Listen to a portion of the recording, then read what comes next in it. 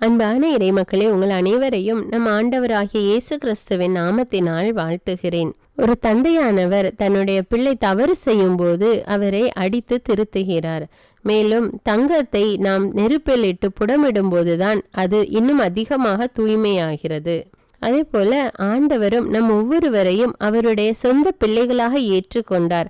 அதனால்தான் நாம் தவறு செய்யும் போது அவர் நம்மை கண்டிக்கிறார். ஆண்டவருடைய கண்டிப்பை நாம் மனமு ஏற்றுக்கொள்ள வேண்டும். நாம் திருத்தப்படுவதற்காகத்தான் துன்பங்கள் வருகின்றது. அந்த துன்பத்திலே நாம் துவண்டு விடாமல் ஆண்டவருடைய கண்டிப்பை ஏற்றுக்கொள்ள வேண்டும். நாம் துன்பப்படும் போது ஆண்டவருடைய உடனிருப்பும் அவருடைய அருளும் நம்மோடு இருக்கிறது. அதனால் நம் துன்ப நேரத்திலும் நேர்மையாக நடந்து ஆண்டவரோடு ஒன்றித்திருப்போம். மேலும் இன்றைய நற்செய்தியில் ஆண்டவர் தன்னுடைய சொந்த ஊருக்கு வந்த பொழுது அங்குள்ள மக்கள் நம்பிக்கை இல்லாமல் இருந்தார்கள். அவர்களுடைய நம்பிக்கையின்மையினால் ஆண்டவரால் அங்கு நிறைய அற்புதங்கள் செய்ய முடியவில்லை. நாம் நம்பிக்கை கொண்டிருந்தால்தான் ஆண்டவர் நம்முடைய வாழ்வில் செயல்படுவார். இன்று முதல் எப்பேற்பட்ட துன்பம் வந்தாலும் ஆண்டவருக்கு உகந்த பிள்ளைகளாக நம்பிக்கையோடு வாழ ஒப்பு கொடுங்கள். அன்பின் பரலோக பிதாவே, இதோ இந்த காலை வேலைக்காக உமக்கு நன்றி கூறுகிறோம் அப்பா. விண்ணையும் மண்ணையும் படைத்த வல்லமையுள்ள தேவனே, உம்மை ஆராதிக்கிறோம், உம்மை போற்றுகிறோம், உம்மை புகழ்கிறோம் அப்பா. தந்தை தன் பிள்ளைகள் மீது இரக்கம் காட்டுவது போல ஆண்டவர் தமக்கு அஞ்சுவோர் மீது இறங்குகிறார் என்ற இறை வார்த்தையின்படி ஆண்டவரை நாங்கள் ஒவ்வொருவரும் உம்முடைய வார்த்தைக்கு கீழ்ப்படிந்து நடக்க எங்களுக்கு உதவி செய்யும் அப்பா. நீர் எங்கள் ஒவ்வொருவர் மீதும் இரக்கம் காட்டும் அப்பா. ஆண்டவரே, எப்பொழுதும் உம்முடைய உடன்படிக்கையை கடைபிடித்து உம்முடைய கட்டளைகளுக்கு கீழ்ப்படிந்து வாழக்கூடிய மக்களாக எங்களை ஒப்பு கொடுக்கிறோம் அப்பா. எங்கள் ஒவ்வொருவரை ஆசீர்வதியும் ராஜா. ஆண்டவரே, உமது பேரன்போ உமக்கு அஞ்சுவோர் மீது என்றென்றைக்கும் இருக்கும்.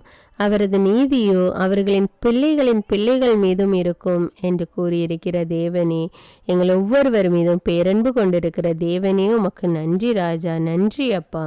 இந்த அதிகாலை வேளையிலே இறை வார்த்தையை வாசித்து ஜெபிக்க கொடுத்திருக்கிற கிருபைக்காக நன்றி தேவனே. நன்றி அப்பா. இந்த நாள் முழுவதும் உங்களுடைய கரத்தில் ஒப்பு கொடுக்கிறோம் அப்பா. இந்த நாள் முழுவதும் நாங்கள் செய்ய இருக்கிற எல்லா காரியங்களையும் நீர் பொறுப்பெடுத்து கொள்ளும் அப்பா. நாங்கள் சந்திக்க இருக்கிற நபர்களை ஒப்பு கொடுக்கிறேன் ராஜா. போக இருக்கிற இடங்களை ஒப்பு கொடுக்கிறேன் ராஜா. செய்ய இருக்கிற எல்லா காரியங்களும் எங்களுக்கு வெற்றியை கொடும் அப்பா. அன்பின் தேவன், எங்கள் குடும்பத்தில் ஒவ்வொருவரையும் ஒப்பு கொடுக்கிறேன் அப்பா. படிக்கிற பிள்ளைகளுக்கு நிறைவான ஞானத்தை தாரும் அப்பா.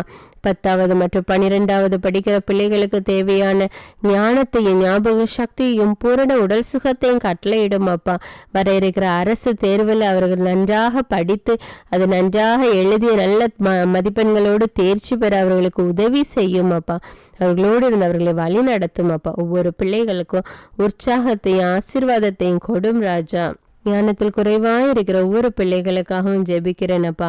எல்லா பிள்ளைகளுக்கும் நிறைவான ஞானத்தை கொடுமப்பா. சாலமோனுக்கு ஞானத்தை கொடுத்த தேவன் இந்த பிள்ளைகளுக்கு ஞானத்தை கொடுத்து ஆசீர்வதியும் அப்பா. நல்ல மதிப்பெண்களை கொடுத்து நல்லதொரு எதிர்காலத்தை அமைத்து கொடும் ராஜா. வழி நடத்தும் தேவனே.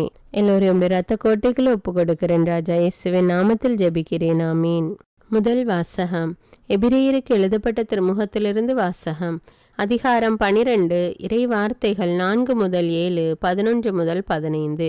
சகோதர சகோதரிகளே, பாவத்திற்கு எதிரான போராட்டத்தில் இரத்தம் சிந்தும் அளவுக்கு நீங்கள் இன்னும் எதிர்த்து நிற்கவில்லை.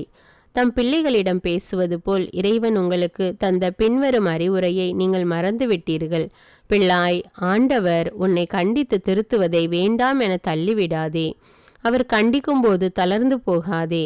தந்தை தாம் ஏற்றுக்கொண்ட மக்களை தண்டிக்கிறார். ஆண்டவர் தாம் யாரிடம் அன்பு கொண்டிருக்கிறாரோ அவர்களை கண்டிக்கிறார். திருத்தப்படுவதற்காக துன்பங்களை தாங்கிக் கொள்ளுங்கள். கடவுள் உங்களை தம் பிள்ளைகளாக நடத்துகிறார். தந்தை தண்டித்து திருத்தாத பிள்ளை உண்டோ? இவ்வாறு திருத்தப்படுவது இப்போது மகிழ்ச்சிக்குரியதாய் இராமல் துயரத்துக்குரியதாகவே தோன்றும். ஆனால் பின்னர் இவ்வாறு பயிற்சி பெற்றவர்கள் அமைதியையும் நேர்மையான வாழ்வையும் பயனாக பெறுவர். எனவே தளர்ந்து போன கைகளை திடப்படுத்துங்கள். தள்ளாடும் முழங்கால்களை உறுதிப்படுத்துங்கள். நீங்கள் நேர்மையான பாதையில் நடந்து செல்லுங்கள். அப்போதுதான் ஊனமாய் போன கால் மூட்டு பிசகாமல் குணமடையும். அனைவருடனும் அமைதியாய் இருக்க முயலுங்கள். தூய்மையை நாடுங்கள். தூய்மையின்றி எவரும் ஆண்டவரை காண மாட்டார். உங்களுள் எவரும் கடவுளின் அருளை இழந்து விடாமல் இருக்க பார்த்து கொள்ளுங்கள். கசப்பான நச்சு வேறு எதுவும் உங்களுக்குள் முளைத்து தொல்லை கொடுக்காதபடியும் அதனால் பலர் கெட்டு போகாதபடியும் பார்த்து கொள்ளுங்கள். இது ஆண்டவரின் அருள்வாக்கு. இறைவனுக்கு நன்றி. நற்செய்தி வாசகம். புனித மார்க்கு எழுதிய தூய நற்செய்தியிலிருந்து வாசகம். அதிகாரம் 6, இறைவார்த்தைகள் 1 முதல் 6. அக்காலத்தில் இயேசு தொழுகைக்கூட தலைவரின் வீட்டிலிருந்து புறப்பட்டு தமது சொந்த ஊருக்கு வந்தார். அவருடைய சீடரும் அவரை பின்தொடர்ந்தனர். ஓய்வு நாள் வந்தபோது அவர் தொழுகை கூடத்தில் கற்பிக்க தொடங்கினார். அதை கேட்ட பலர் வியப்பில் ஆழ்ந்தனர். அவர்கள், இவருக்கு இவையெல்லாம் எங்கிருந்து வந்தன? என்னே இவருக்கு அருளப்பட்ட ஞானம்? என்னே இவருடைய கைகளால் ஆகும் வல்ல செயல்கள்? இவர் தச்சர் அல்லவா? மரியாவின் மகன்தானே? யாக்கோபு, யோசே, யூதா, சீமோன் ஆகியோர் இவருடைய சகோதரர் அல்லவா? இவர் சகோதரிகள் இங்கு நம்மோடு இருக்கிறார்கள் அல்லவா என்றார்கள். இவ்வாறு அவரை ஏற்றுக்கொள்ள அவர்கள் தயங்கினார்கள். இயேசு அவர்களிடம், சொந்த ஊரிலும் சுற்றத்திலும் தம் வீட்டிலும் தவிர மற்றெங்கும் இறைவாக்கினர் மதிப்பு பெறுவர் என்றார். அங்கே உடல் நலமற்றோர் சிலர் மேல் கைகளை வைத்து குணமாக்கியதை தவிர வேறு வல்ல செயல் எதையும் அவரால் செய்ய இயலவில்லை. அவர்களது நம்பிக்கையின்மையை கண்டு அவர் வியப்புற்றார். அவர் சுற்றிலும் உள்ள ஊர்களுக்கு சென்று கற்பித்து வந்தார்.